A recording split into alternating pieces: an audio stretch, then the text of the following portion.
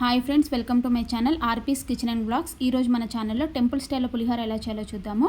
First ఒక గిన్నెలో కొంచెం చింతపండు తీసుకొని ఆ చింతపండులో మనం హాట్ వాటర్ వేయాలన్నమాట. సో హాట్ వాటర్ వేస్తే మనకి ఈజీగా చింతపండు అనేది నానిపోతుంది. తర్వాత ఒక కడాయి తీసుకొని దాంట్లో కొంచెం ఆయిల్ వేయాలన్నమాట.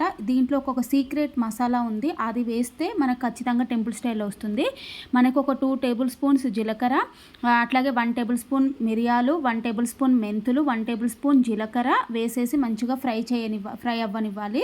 సో ఈ ఫ్లేవర్ అనేది మనకి పులిహోరలో సీక్రెట్ ఇంగ్రీడియంట్ అనమాట, టెంపుల్ స్టైల్లో వస్తుంది.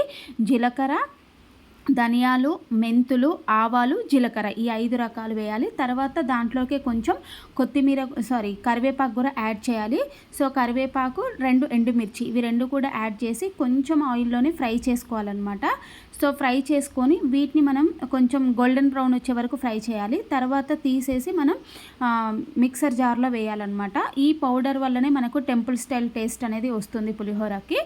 సో చూసారా, ఈ విధంగా అది చల్లారేలోపు మనం ఆ చింతపండు గుజ్జు తీసుకొని దాంట్లో మిర్చి వేయాలి. మిర్చి ఇంకా మనము పసుపు కూడా యాడ్ చేసుకోవాలి. ఇదే స్టేజ్లో ఉప్పు కూడా యాడ్ చేసుకోవాలి. సో కొంచెం సాల్ట్ తర్వాత మనం ఏంటి అంటే ఒక 1/2 టేబుల్ స్పూన్ వరకు మనం పసుపు అనేది యాడ్ చేసుకోవాలి. యాడ్ చేసుకొని దీన్ని బాగా మరగనివ్వాలన్నమాట. చింతపండు గుజ్జు అనేది దగ్గరకు వచ్చేంత వరకు కూడా మనం మరగనివ్వాలి. సో ఈ విధంగా మనం చేసుకుంటే టేస్ట్ అనేది చాలా అంటే చాలా బాగుంటుంది చింతపండు పులిహోర. సో చూసారు కదా, ఈ విధంగా మనము పొయ్యి మీద పెట్టేసి కలిపి ఉంచాలి. తర్వాత ఈ విధంగా ఈ స్టేజ్కి వచ్చిన తర్వాత, దగ్గరికి వచ్చిన తర్వాత చింతపండు గుజ్జు మనం ఏదైతే గ్రైండ్ చేసుకున్నామో ఆ పౌడర్ యాడ్ చేయాలి. తర్వాత మనం తాలింపు కోసం మళ్ళీ కడాయిలో ఆయిల్ వేసుకొని తాలింపు దినుసులన్నీ కూడా, సో పచ్చిశనగపప్పు, మినప్పప్పు, ఎండుమిర్చి, ఆవాలు, జీలకర్ర అన్నీ వేసుకోవాలి. ఇవన్నీ వేగిన తర్వాత వాటిని మంచిగా ఫ్రై అవ్వనివ్వాలన్నమాట. సో దాంట్లోకి మనం కట్ చేసుకున్నటువంటి పచ్చిమిర్చి అండ్ కరివేపాకు కూడా వేసేసి వాటిని ఫ్రై అవ్వనివ్వాలి. మిర్చి అనేది కలర్ చేంజ్ అయ్యేంత వరకు కూడా, పచ్చిమిర్చి కలర్ చేంజ్ అయ్యేంత వరకు కూడా మనం ఫ్రై చేసుకోవాలి. సో ఈ విధంగా ఫ్రై చేసుకుంటే టేస్ట్ అనేది చాలా అంటే చాలా బాగుంటుంది. సో పల్లీలు కూడా మనం ఫస్ట్గానే వేస్తే ఇవన్నిటితో పాటు వేగుతాయి అన్నమాట. ఈ విధంగా ఫ్రై చేసిన తర్వాత ఇవన్నిటిని మనం కలిపేసుకోవడమే. దాంట్లో కొంచెం మనం ఇంగువ కూడా యాడ్ చేసుకుందాము. సో ఇంగువ టేస్ట్ చాలా బాగుంటుంది. ఇంగువ వేస్తే పులిహోర టేస్ట్ అనేది చాలా మారిపోతుంది, చాలా అంటే చాలా బాగుంటుంది. ఇప్పుడు మనం చల్లారబెట్టుకున్నటువంటి రైస్ ఉంది కదా, ఆ రైస్లో మనం ఇట్లా ఈ విధంగా దగ్గరికి వచ్చే విధంగా చింతపండు గుజ్జు చేసుకున్నాం కదా, ఆ చింతపండు గుజ్జు ఆ రైస్లో వేసుకోవాలి.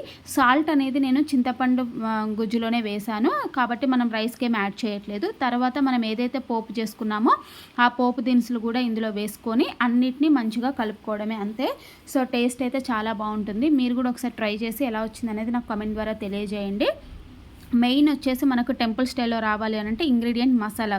సో ధనియాలు, జీలకర్ర, ఆవాలు, మెంతులు ఇవన్నీ కూడా వేసేసి ఫ్రై చేసుకుంటే చాలా బాగుంటుంది. ఈ విధంగా మీరు కలుపుకుంటే టేస్ట్ బాగుంటుంది. ఇది మనం టెంపుల్ స్టైల్లో చేసుకుంటున్నాం కాబట్టి మనం నైవేద్యంగా, ఇప్పుడు నవరాత్రుల టైం కాబట్టి గణేష్ నవరాత్రుల్లో మనము ఏదో ఒక రోజు మనం నైవేద్యంగా కూడా చేసి పెట్టవచ్చు. చాలామంది వినాయకుల దగ్గర ప్రసాదం ఇస్తారు కదా, అక్కడ కూడా మనం ఈ నైవేద్యాన్ని చేసి తీసుకెళ్ళొచ్చు. చాలా బాగుంటుంది టేస్ట్ అనేది. మీరు కూడా ట్రై చేయండి. ఫస్ట్ వచ్చేసి మనం రైస్ కూడా పొడిగా ఉడికించుకోవాలి. మనం నార్మల్గా ఉడికించుకుంటే 1 గ్లాస్ ఆఫ్ రైస్కి 2 గ్లాస్ వాటర్ వేసుకుంటాం కదా, మనం ఈ విధంగా పులిహోర చేసుకోవాలి అనుకుంటే పొడిగా రావాలి కాబట్టి 1 గ్లాస్కి 1.5 కంటే కొంచెం ఎక్కువగా